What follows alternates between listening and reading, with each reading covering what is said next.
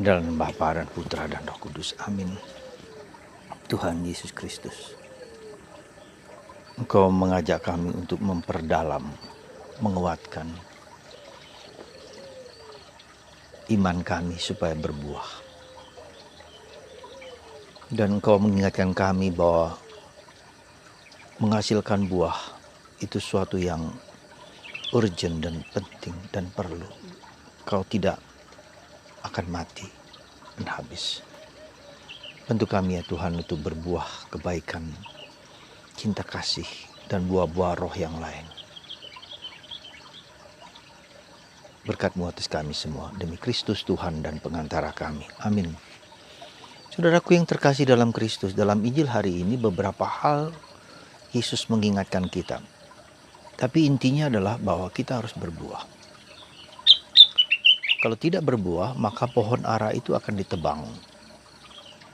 Dan dalam tanda petik, Yesus akan mengutuk karena tidak ada buah. Dia hanya rindang, dia hanya tumbuh besar, tetapi tidak ada buahnya. Dia juga mungkin mengakar, tetapi tidak ada buahnya. Jadi artinya apa? Meskipun kita mengakar, meskipun kita bertumbuh besar segala macam, merindangi, tapi ketika tidak ada buahnya, menjadi tidak ada hasilnya. Buah itu apa? Cinta kasih, buah-buah roh, kebaikan, kemurahan hati, kelemah lembutan, pengampunan. Nah, mengapa kita tidak berbuah? Yesus memberikan catatan kecil, yaitu apa? Yesus mengusir para pedagang di bait Allah. Dan mengapa Yesus marah kepada para pedagang itu? Karena berdagang itu berarti apa? Menggunakan rumah Allah sebagai tempat untuk jual beli. Saya membeli supaya saya mendapatkan sesuatu. Ini memiliki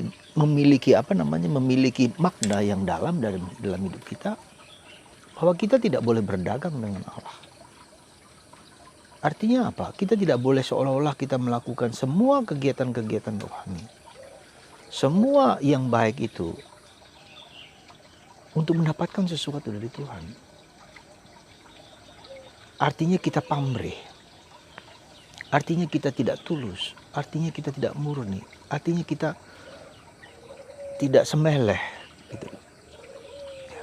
Tergantung Tuhan, let it be, seperti Bunda Maria sekali lagi.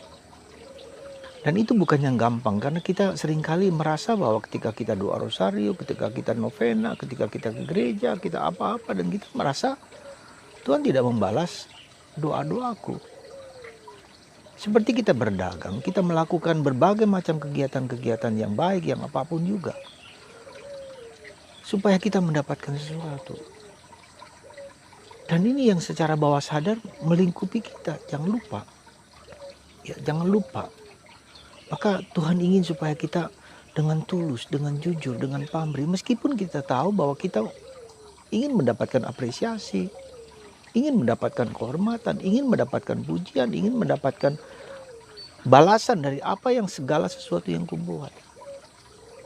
Demikian juga ketika orang tua dengan anak-anak. Mungkin anak-anak tidak memperhatikan lagi kita karena kita sudah tua, atau karena mereka sibuk. Kita merasa sakit hati karena mereka tidak memberikan yang kita harapkan. Itu juga bisa merupakan suatu, meskipun wajar bahwa seorang tua mengharapkan perhatian, kasih sayang dari anak-anak mereka. Masih wajar, sangat penting dan perlu. Tetapi kita jangan menjadi sakit hati ketika mereka tidak cukup memberikan perhatian seperti yang kita minta.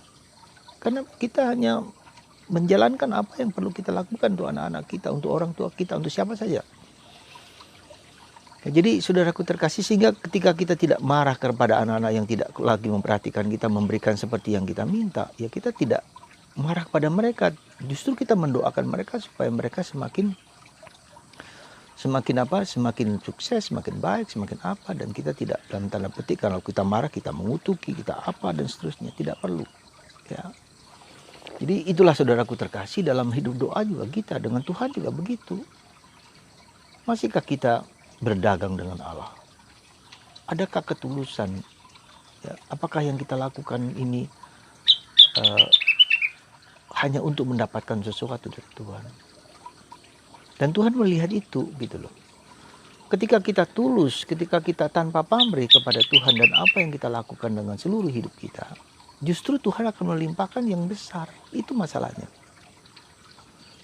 Nah, ternyata memang tidak mudah.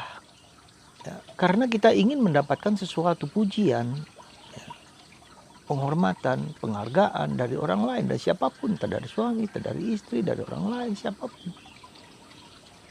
Ya, sekecil apapun di dalam batin. Nah, itulah yang Yesus mengatakan supaya kamu kalau berdoa, ada dua hal. Berdoalah dengan tulus, ya, tanpa ragu-ragu.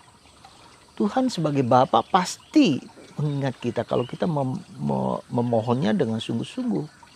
Maka Yesus mengatakan, ketika Yesus mengatakan bahwa betapa powerfulnya sabda Yesus itu, sabda Allah itu. Ketika Yesus mengutuk pohon ara yang tidak berbuah itu dan mati sungguh-sungguh. Yesus mengatakan percayalah pada sabda Allah.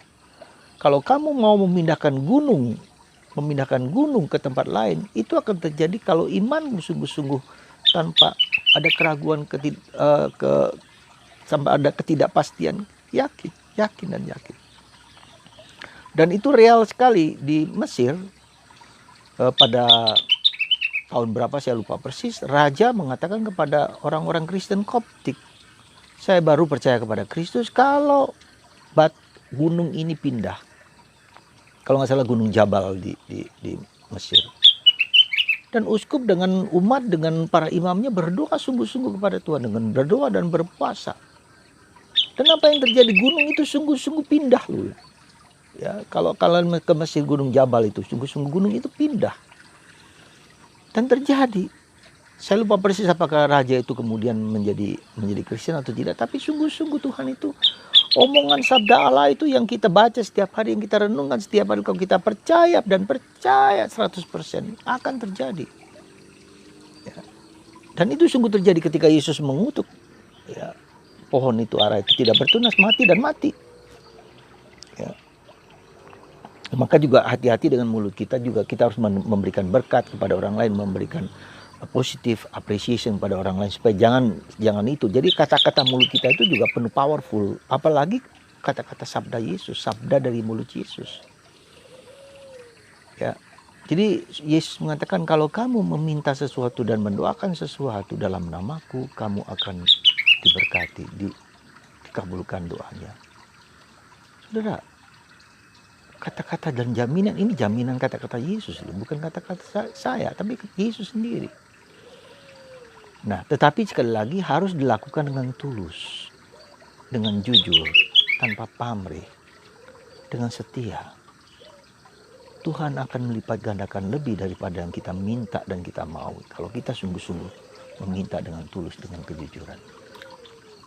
Maka mari saudaraku terkasih, untuk bersikap seperti itu, sekali lagi kita tidak boleh berdagang, kita dengan tulus dan jujur mempersembahkan. Kita adalah hamba yang tidak berguna, kata Yesus, hanya menjalankan apa yang Tuhan perintahkan kepadaku, kepada kita.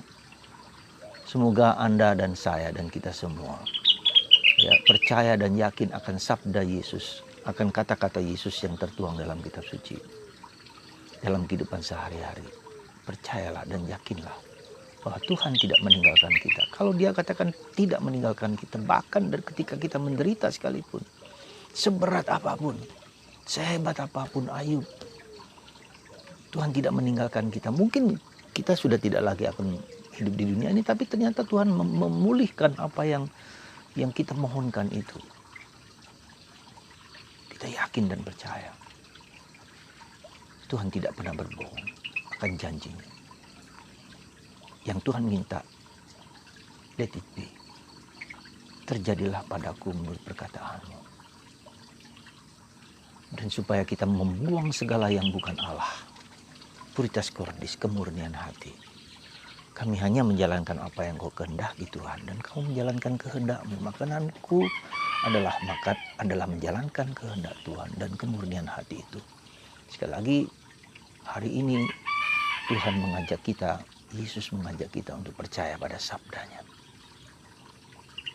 yang ada dalam diri Anda, yang dalam diri kita. Dan kita, meskipun kita minta sesuatu kepada Tuhan, pada ujung dan akhirnya let it be, terjadilah padaku menurut perkataanmu. Dan bukalah hati kita untuk mendengarkan Tuhan mau bicara apa dengan diriku. Hamba-Mu mendengarkan. I am for you and born for you. I am yours and born for you. Semoga kita adalah milik Tuhan.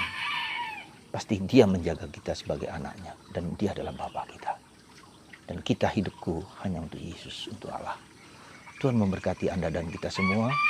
Supaya mempersembahkan seluruh diri kita yang adalah miliknya ini kepadanya. Dan Tuhan akan memelihara hidup kita. Dalam nama Bapa, Putra, dan Roh Kudus. Amin.